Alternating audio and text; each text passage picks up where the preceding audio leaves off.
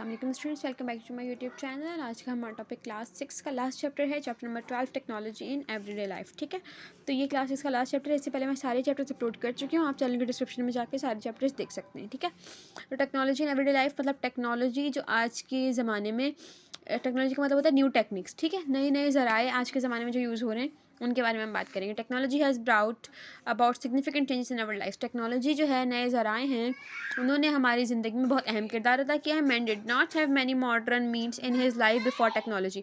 अच्छा, आदमी या किसी इंसान के पास पहले ऐसे ज़राए नहीं थे टेक्नोलॉजी से पहले, and it laid on simple primitive tools for everything. और वो सिंपल से सिंपल चीज़ यूज़ करता था अपनी ज़िंदगी गुजारने के लिए। ठीक है, जैसे वो हड्डियों से सुई बनाता था और उससे अपने कपड़े सीता था। ठीक है, तो history reveals that human beings utilise stones to make fires. अगर आप हिस्ट्री पढ़ें तो हिस्ट्री आपको बताती है कि जो लोग थे, हिस्ट्री रिवील करती है कि जो इंसान थे वो पत्थरों से आग जलाते थे, खाना एंड देन खाना पकाते थे। ठीक है, एंड सो वो कच्चा भी खाना खाते थे, ये भी मैंने सुना है। कच्चा खाना खाते, पत्तों के कपड़े पहनते थे क्योंकि उनके पास कपड़े नहीं सीने को नहीं होते थे। अच्छा, spears made of wood were use to hunt animals. Spears बने हुए होते थे लकड़ी से। लकड़ी से वो जो नहीं होते, तीर होता है, तीर कमान, वो लकड़ी से बने होते थे। उसके ज़रिए एनिमल्स को, जानवरों का शिकार किया जाता था। And for other ancient purpose, और दूसरे कामों के लिए स्पेयर्स यूज़ किए जाते थे। देन ओवर टाइम, लेकिन टाइम के साथ साथ these approaches improve to the point that we are now the apex of technological advancement. अब टाइम गुजरता गया तो ये सारी चीज़ें ख़त्म होती गई और आहिस्ता आहिस्ता आहिस्ता आहिस्ता टेक्नोलॉजी के अंदर एडवांसमेंट आती रही। ठीक है, importance of fertiliser in the growth of seasonal plants. अब कह रहे खाद इम्पॉर्टेंट, खाद की ज़रूरत या खाद की अहमियत पौधे उगाने के अंदर क्या है। अच्छा, पहले ना सिंपल तरीके से पौधे उगाए जाते थे, पहले खाद वगैरह यूज़ नहीं की जाती थी, अब खाद डाली जाती है ताकि अच्छी ग्रोथ हो। अब हम ये भी करते हैं कि अगर हमें कोई किसी प्लांट से मैंगो मिला है, वो थोड़ा साइज़ में बड़ा है, अब हम चाहते हैं कि हम पूरा जितना ही बाग उगाएं, बाग में हम जो नेक्स्ट सीज़न में मैंगो उगाएं वो इसी साइज़ का हो। तो हम उस साइज़ का जो मैंगो है उसके अंदर से टिश्यूज़ निकाल के, ठीक है, उसके जीन्स का एक टिश्यू निकाल के वो हम दूसरे उसके डाल देते हैं मैंगो की सीड में, और वही हम मैंगो पूरे बाग में उगाते हैं, तो ऐसा मैंगो उगना शुरू हो जाता है। तो ये क्या है, टेक्नोलॉजी है। आप कह रहे हैं खाद जो है वो हम प्लांट्स के अंदर यूज़ करते हैं, उसकी अहमियत बताएं। A scientific investigation can be used to determine the importance of fertilizer on plants and vegetables। कह रहे हैं आपको साइंस के हवाले से प्रॉपर तरीके से बताएंगे कि फर्टिलाइज़र की हमारी ज़िंदगी में क्या अहमियत है। सबसे पहले सवाल दिमाग में उठता है, is it possible to increase the growth of plant by using fertiliser. क्या हम प्लांट्स की, पौधों की ग्रोथ मतलब उसकी साइज़ को बढ़ा सकते हैं, या ऐसा हो सकता है कि प्लांट जल्दी जल्दी ग्रो करें खाद डालने से। अब इसका जवाब आगे आपको दिया जाएगा। हाइपोथेसिस का मतलब होता है जस्ट आइडिया, सिंपल जो साइंटिस्ट आइडिया लगाते हैं। जैसे हम किसी चीज़ को देखें, हमें पता ना हो नाम, तो हम आइडिया लगाते हैं ना, शायद ये वो होगी, दैट्स वाई। तो ये हाइपोथेसिस जो है वो सिंपल आइडिया है। ठीक है, इफ़ यूज़ फर्टिलाइजर, अगर हम खाद यूज़ करेंगे, then the growth of plant and vegetables can be increase. तो पौधे की और सब्जियों की जो ग्रोथ है वो बड़ी हो जाएगी। डिपेंडेंट वेरिएबल क्या होते हैं, plants and vegetables. Independent variable fertiliser. Dependent variable किसे कहते हैं, जो खाद के ऊपर डिपेंड कर रहे हैं। डिपेंडेंट वेरिएबल का मतलब होता है जिसको बढ़ाने के लिए खाद डाली जा रही है, और इंडिपेंडेंट वेरिएबल जिसको डाला जा रहा है फर्टिलाइजर है, जिसको बढ़ाने के लिए डाला जा रहा है वो प्लांट और वेजिटेबल है, जिसको डाला जा रहा है वो फर्टिलाइजर है। Information gathered. अब इन्फॉर्मेशन क्या है हमारे पास, फर्टिलाइजर और chemical substances that are applied to crops in order to boost their production. Boost का मतलब बढ़ाना। फर्टिलाइजर जो है एक ऐसा केमिकल है, केमिकल्स को मिला के फर्टिलाइजर बनाई जाती है, जिनको ज़मीन के अंदर क्रॉप्स में डाला जाता है, अपनी फसलों में डाला जाता है, ताकि उनकी प्रोडक्शन को, उनकी पैदाइश को, ग्रोथ को बढ़ाया जा सके। Farmers utilise these on a daily basis to maximise crop productivity. Farmers जो हैं फर्टिलाइजर्स को रोज़ाना यूज़ करते हैं ताकि वो क्या कर सकें, क्रॉप की, फसलों की प्रोडक्टिविटी को, फसलों को बढ़ा सकें। The fertiliser include nitrogen, potassium and phosphorus which are necessary minerals for plant. Fertilisers के अंदर क्या क्या होता है, नाइट्रोजन, पोटेशियम, फॉस्फोरस, जो कि मिनरल्स हैं। मैं आपको मिनरल वाले चैप्टर में 7 में मैंने आप लोगों को पढ़ाया है, हाँ 7 में पढ़ाया कि तीनों मिनरल्स प्लांट की ग्रोथ में मदद करते हैं। इसलिए खाद इन तीनों चीज़ों से बनती है ताकि प्लांट की ग्रोथ को बड़ा किया जा सके। दे improve the soils water retention capacity while also increasing the it's fertility. ये ज़मीन को ही मदद करती है कि वो ज़्यादा से ज़्यादा पानी को कैप्चर कर सके, और ज़्यादा से ज़्यादा ज़मीन जो है बंजर नहीं होने देती बेसिकली ज़मीन को। ठीक है, आप कह रहे हैं इफेक्ट्स ऑफ फर्टिलाइजर्स। खाद का इफेक्ट क्या पड़ता है, खाद का इफेक्ट जो है हम देखेंगे पी प्लांट पे, एक मटर के पौधे पे। अच्छा, earthen pots, fertile soil, water, P seeds, sunlight और फर्टिलाइजर। सनलाइट, पी सीड्स मतलब मटर का बीज, पानी, फर्टाइल सॉइल एक ऐसी ज़मीन जिसके ऊपर पौधा उग सके, फसल उग सकते हैं, क्योंकि हर ज़मीन पे फसल नहीं उग सकती। अर्थन पॉट्स, पॉट्स वो होती है जिसके ऊपर पी प्लांट उगता है। फर्टिलाइज़र, खाद। अब देखेंगे हमने ये चीज़ें ले ली, अब हम क्या करेंगे, अब एक्सपेरिमेंट देखें। ये कह रहे हैं soak some pea seeds in water for a few hours because it soften seed and makes them easy to germinate. कह रहे हैं पी के मटर के दाने ले लें आप और उनको पानी में भिगो दें कुछ घंटों के लिए। पानी में भिगोएंगे तो नरम हो जाएंगे, नरम चीज़ जो है वो ज़्यादा जल्दी जर्मिनेट होती है, मतलब ज़्यादा जल्दी ग्रो करती है। अब fill 2 earthen pots with fertile soil 2/3 full. अच्छा, अब आपने पॉट्स लेने हैं जो कि मिट्टी से बने हों, ठीक है, ऑब्वियसली सी बात है। मतलब इसको क्या कहते हैं उर्दू में, मुझे नाम याद था मैं भूल गई, गमला। आपने गमले लेने हैं 2 जिसके अंदर आपने मिट्टी भर देनी है, ठीक है। अब आपने क्या करना है, उसके अंदर होल करना है, एक छोटा सा होल करना है और मटर के दाने को उसके अंदर डाल देना है। Covering them with extra soil but leaving the top layer of the pots empty for water. आपने इतनी जगह छोड़नी है उसकी गमले की, ताकि आप उसमें पानी डाल सकें और जो मटर का दाना है आप उसके अंदर दबा दें। Right A and be on the pots. आपने एक पॉट में ए लिख दिया, एक पॉट में बी लिख दिया। Continue to water the pots the top layer becomes dry. जैसे जैसे ऊपर की लेयर जो है वो सफ़ेद होती रहेगी तो आप उसको पानी डालते रहें गमले पे, ठीक है। अब देखें place in a sunny location, continue to water the pot as a top, ये तो पढ़ लिया। Place in a sunny location, एक ऐसी जगह पे रख दें जहाँ पर आपके पास सनलाइट आती हो। Where the plant will be protected from strong wind, ऐसी जगह रखें जहाँ पर सनलाइट आती रहे और जहाँ पर प्लांट जो है वो तेज़ हवा से बचा रहे। अब देखें इतना सा प्लांट निकला है, वो तेज़ हवा आएगी तो उसको फ़ौरन ही उड़ा देगी, तो तेज़ हवा नहीं आनी चाहिए, ठीक है। तेज़ हवा नहीं आनी चाहिए फर्स्ट, और सेकेंड थिंग कि वहाँ पे सनलाइट आनी चाहिए। Young stems are vulnerable to wind damage, here हैं जो छोटी छोटी सी स्टेम्स होती हैं वो विंड से डैमेज हो जाती हैं, ठीक है, तेज़ हवा से डैमेज हो जाती हैं।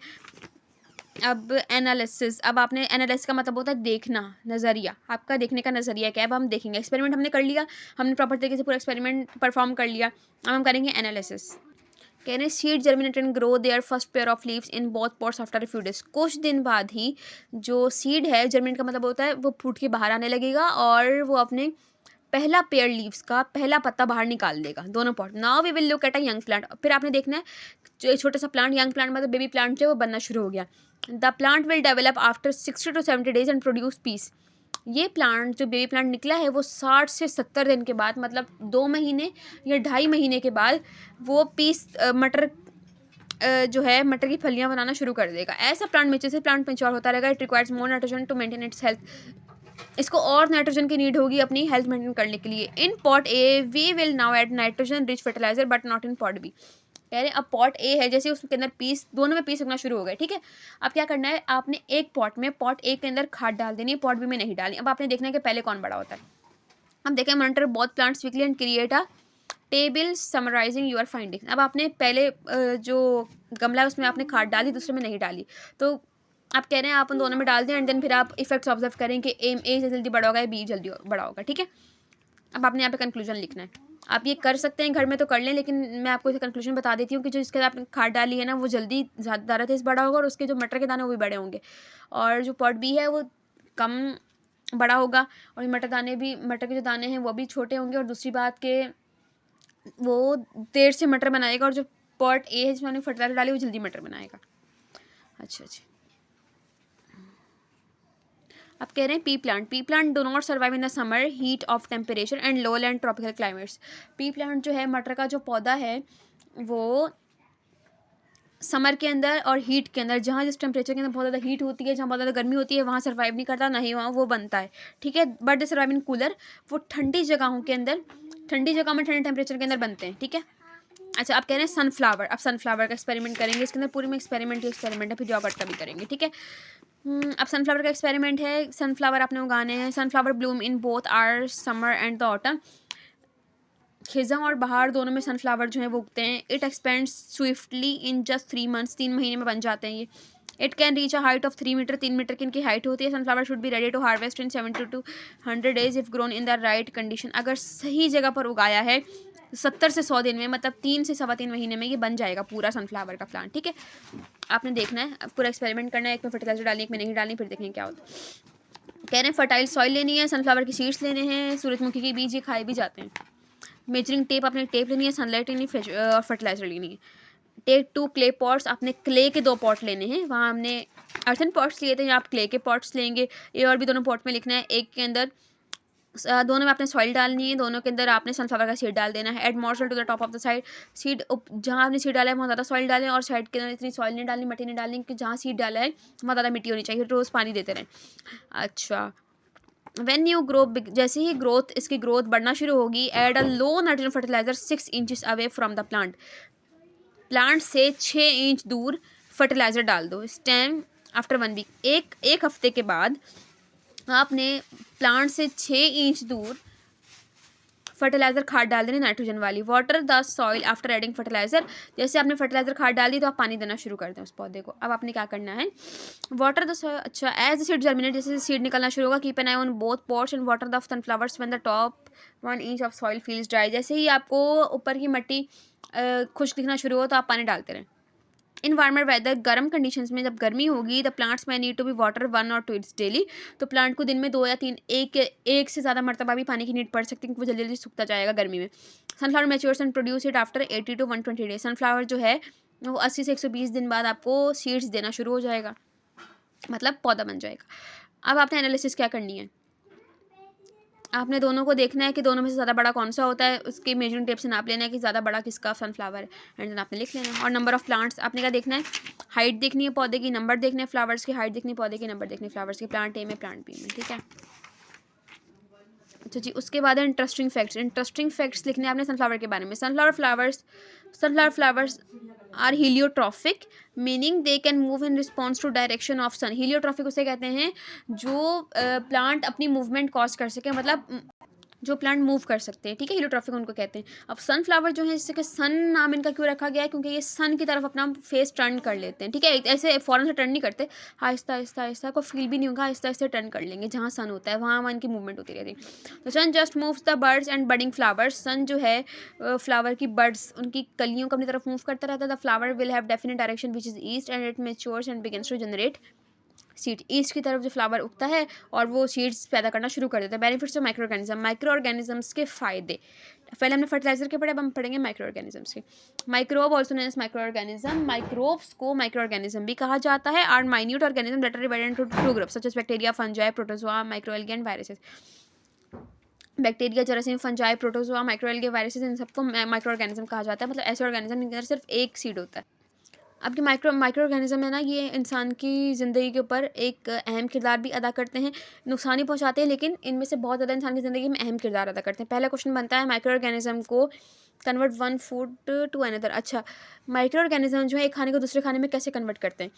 If we add microorganism to the food then we अपना different type of food. Hypothesis बना है कि अगर हम फूड में माइक्रो ऑर्गेनिज्म को ऐड करेंगे तो वो दूसरे फूड में कन्वर्ट हो जाएगा। डिपेंडेंट वेरिएबल जिसके अंदर ऐड किया जा रहा है फूड है, जिसको ऐड किया जा रहा है माइक्रो ऑर्गेनिज्म है। Microorganism are commonly utilise in the food business to create a variety of products. Microorganism जो है फूड इंडस्ट्रीज में यूज होते हैं ताकि उनको एक से दूसरे चीज़ में कन्वर्ट कर सकें। अब क्या है, आपने लेना काउ मिल्क, गाय का दूध, क्लीन ग्लास कंटेनर, एक शीशे का कंटेनर लेना है, स्टीरर लेना है, इसे आप घुमा सकें, स्टार्टर बैक्टीरिया लेना है, बर्नर लेना है और सॉस पैन लेना है। दही जमाने का प्रोसेस है शायद।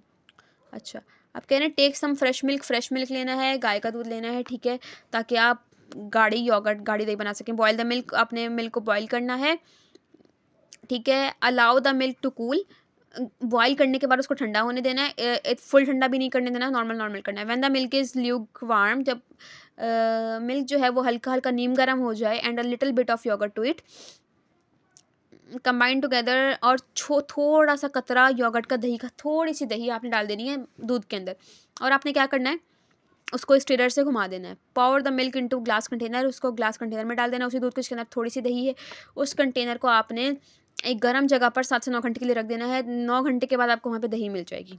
अब कैसे होगा, योगर्ट कंटेन्स बैक्टीरिया, दही के अंदर बहुत सारे बैक्टीरिया होते हैं जो कि दूध को किस में कन्वर्ट कर देते हैं, आपके दही के अंदर, ठीक है।